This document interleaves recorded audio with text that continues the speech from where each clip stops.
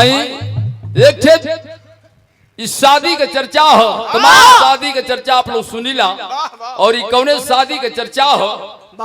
एक लाइन भाव बा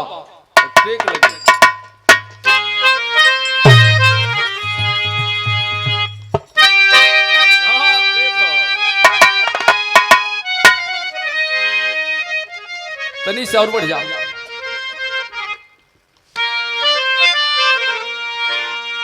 कि दंड पाणी भूप महान कि रहल साक्य वंश की शान। स्वयंवर सुता का मन में करने लगे विचार।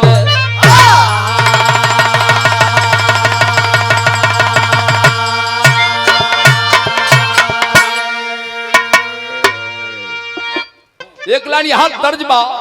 एक राजा शाक्य वंश का राजा जिनका नाम दंड पानी बताया गया, उनकी बिटिया का नाम यशोधरा जवानी के दहलीज पर कदम रखी है। पिताजी के चिंता सतावे लगल कि अपने बिटिया के सगाई कर दिया जा।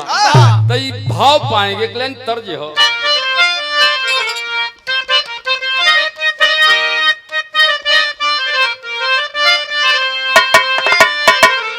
कि मोरी पिछुआरा सोनार का दुकानिया।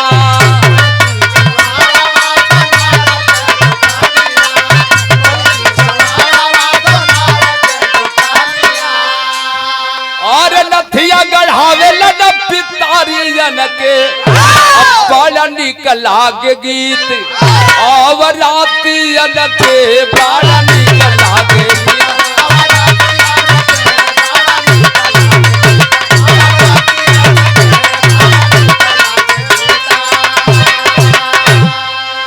लेकिन ध्यान देंगे जब राजा दंडपानी के बिटिया शादी करे जोग भैली न तो कोई के बिटिया बहन सयान हो जाली तो बाबू माई के सर का बोझ हो जाली। बाबूजी भाव कब लिखले बाटे कि रे भैली सयान सूता राजा के भवाना।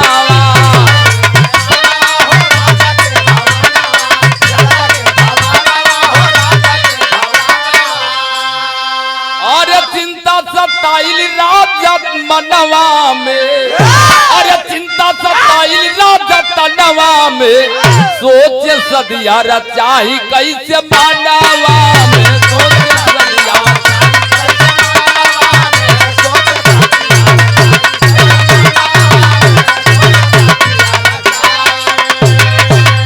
बाबूजी राजा दंडपानी अपने राज दरबार में सारे मंत्रियों को बुलाते हैं, राज दरबारियों को बुलाते हैं। बताओ मेरी बिटिया यशोधरा शादी करने जोग हो गई है, आखिरकार इसका एक विवाह कैसे किया जाए। तो मंत्री जी कहते हैं कि महाराज सारे जगह सब राजाओं के यहाँ आप पत्रिका भिजवा दीजिए और जितने राजा महाराजा आएंगे स्वयंवर रचा जाएगा। उसमें बरमाला लेकर के यशोधरा घूमेगी, जिसके गले में बरमाला डाल देंगी वही पति हो जाएगा। तो मंत्री जी कहलन तब भाव कर दिहलन क्या रे बोले सब मंत्री राजा पति आप पठाई।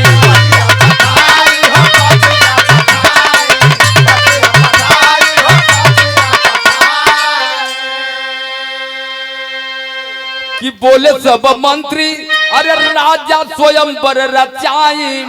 राजा महाराजा यहाँ पतिया पठाई।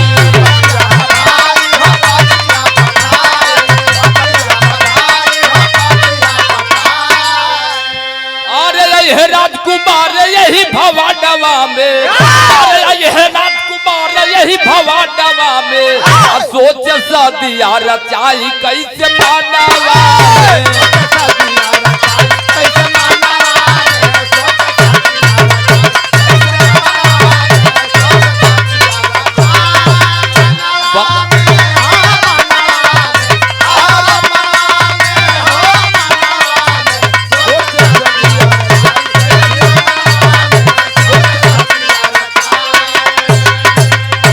बाबूजी मंत्री जी कहते हैं कि सारे राजाओं के यहाँ पाती पठवा दीजिए, निमंत्रण पठवा दीजिए। सारे राजा के लड़के आएंगे और जिसके गले में यशोधरा वरमाला डाल देगी वो उसी के साथ यशोधरा का सगाई हो जाएगा। बाबूजी मंत्रीगण ले जाकर के राजाओं के यहाँ पत्रिका भिजवा देते हैं। और जब पाती भिजवाना तो सारे राजाओं के लड़के राजा दंडपानी के दरबार में पहुंचे यशोधरा से शादी करने के लिए। तो उस समय औरी के पहुंचल जरा देखा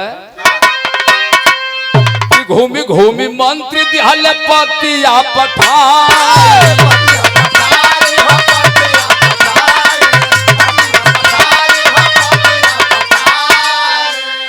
एक एक आए राजकुमार हरसाई,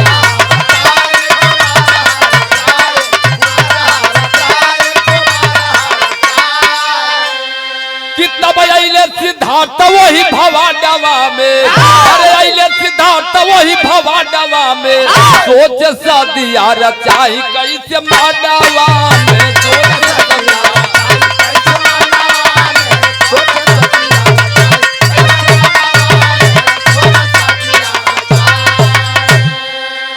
ए भैया सारे राजा महाराजा जो पत्र पाते हैं दंडपानी के दरबार में पहुंचे और राजा सुधोधन का बेटवा सिद्धार्थ भी पहुंचल बाटे। सब लाइन से राजा बैठल बा, यशोधरा हाथ में वरमाला लेकर के आती है।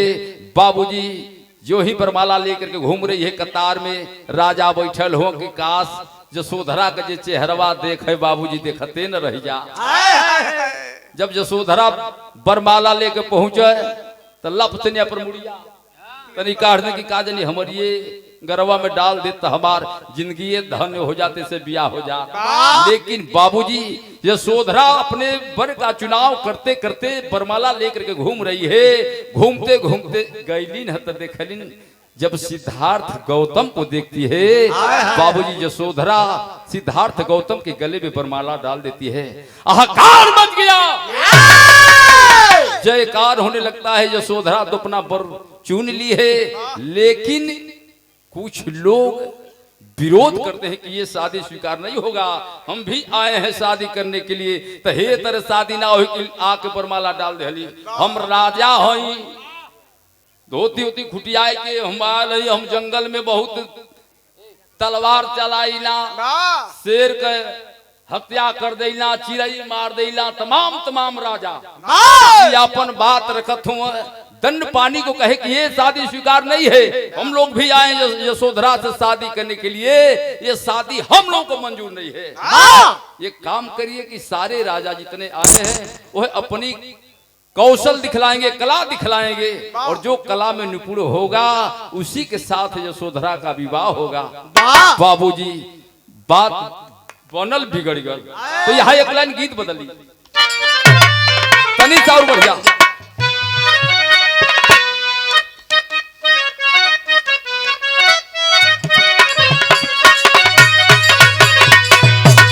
वह तर्ज बा रतिया पलमुआ हुआ नगारी,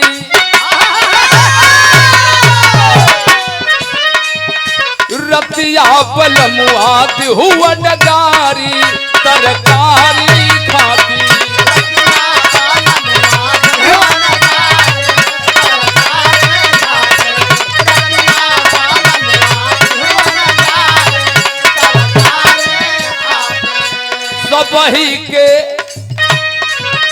सबही के भैली फिकरिया तनी जिकरिया सुना,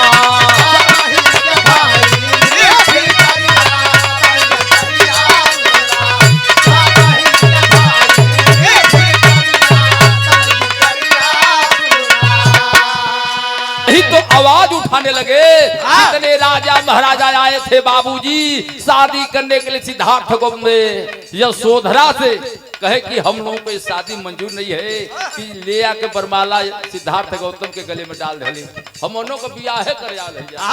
तो राजा प्रश्न खड़ा कर दिया का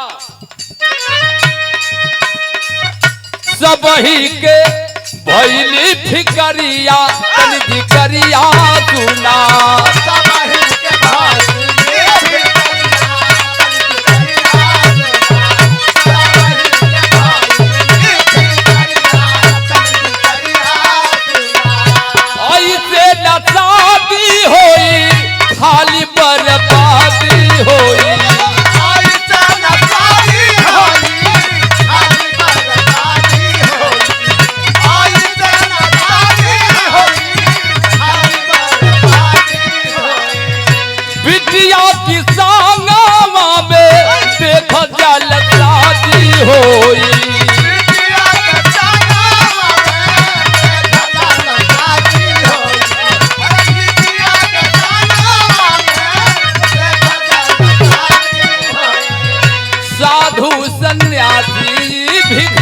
भिखरिया।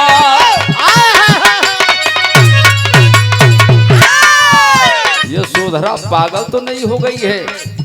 सिद्धार्थ का भविष्य ज्योतिषी बताए हैं महाराज सुधोधन से कि आपका लड़का बहुत बड़ा सन्यासी बनेगा। वाह वाह। और सन्यासी से अपनी शादी कर रही है, इसकी जिंदगी खराब हो जाएगी। राजा दंडपाणी को खबर होता है, बाबूजी कहते हैं कि नहीं, सिद्धार्थ के साथ शादी नहीं होगी। हुआ क्या? साधु सन्यासी भिखरिया तनिज करिया सुना।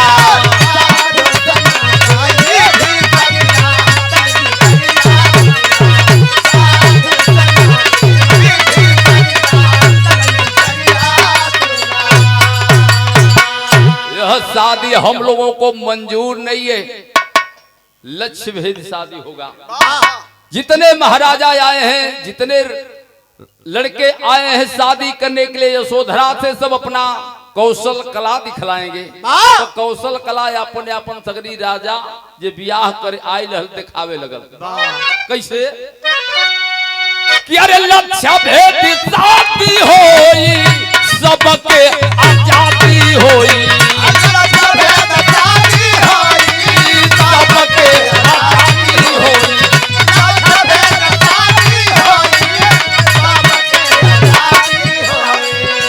लक्ष्य जे पूरा करी वो करे संगवा शादी होई।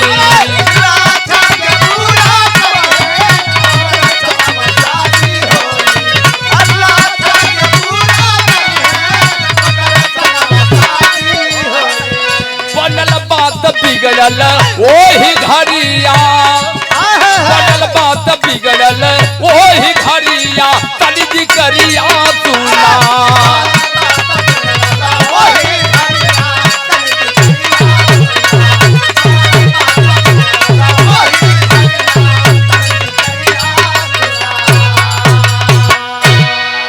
जेकर नंबर आयल जौने राजा के अपन कौशल दिखलावे खातिर कला दिखलावे बदे कोई हिरन को मार दिया, कोई आसमान में उड़ती पंछी को मार दिया। बाबूजी सिद्धार्थ गौतम के आंख से आंसू बरसने लगता है। कहलन कि नहीं, मैं किसी जीव की हत्या नहीं कर सकता। तो हुआ क्या? मारे के जीवा जंतु धनु बल उठाई सब,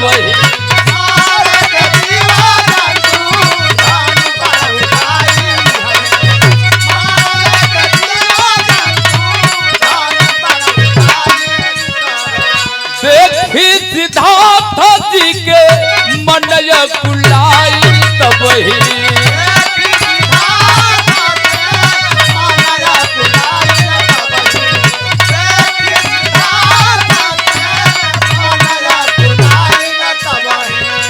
करुणा से भर गई नजरिया,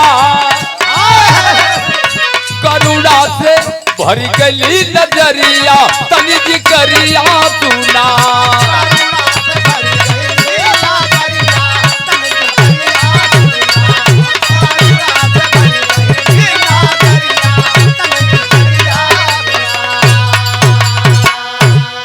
जितने राजा आए थे शादी करने के लिए सब अपना कौशल कला दिखलाने लगते हैं। कोई हिरन को मार दिया, कोई शेर को मार कर गिरा दिया, कोई आसमान में उड़ती पंछी को मार दिया।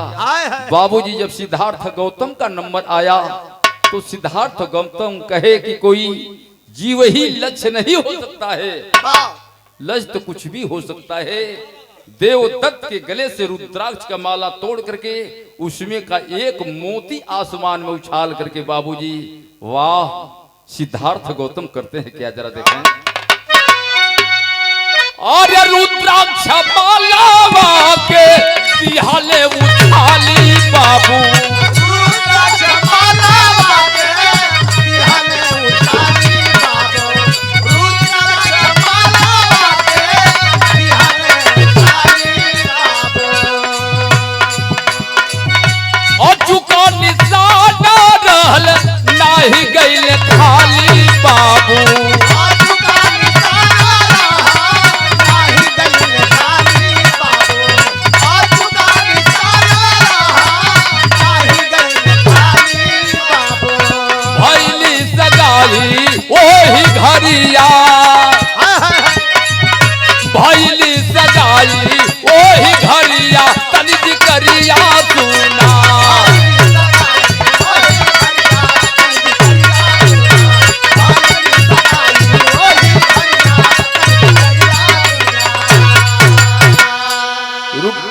का माला तोड़ करके एक मोती उछाल करके आसमान में सिद्धार्थ गौतम ने उसको भेज दिए।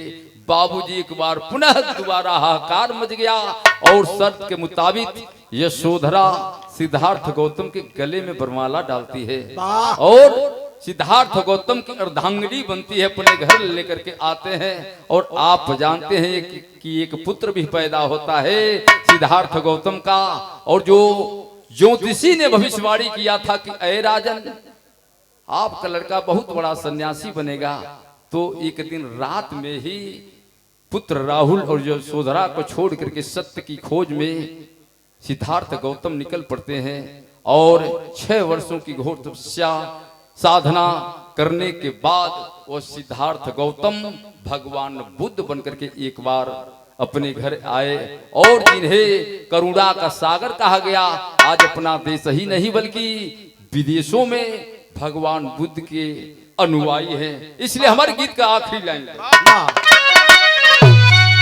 कि गुरुआ गणेश राम लाल गुणकारी बाबू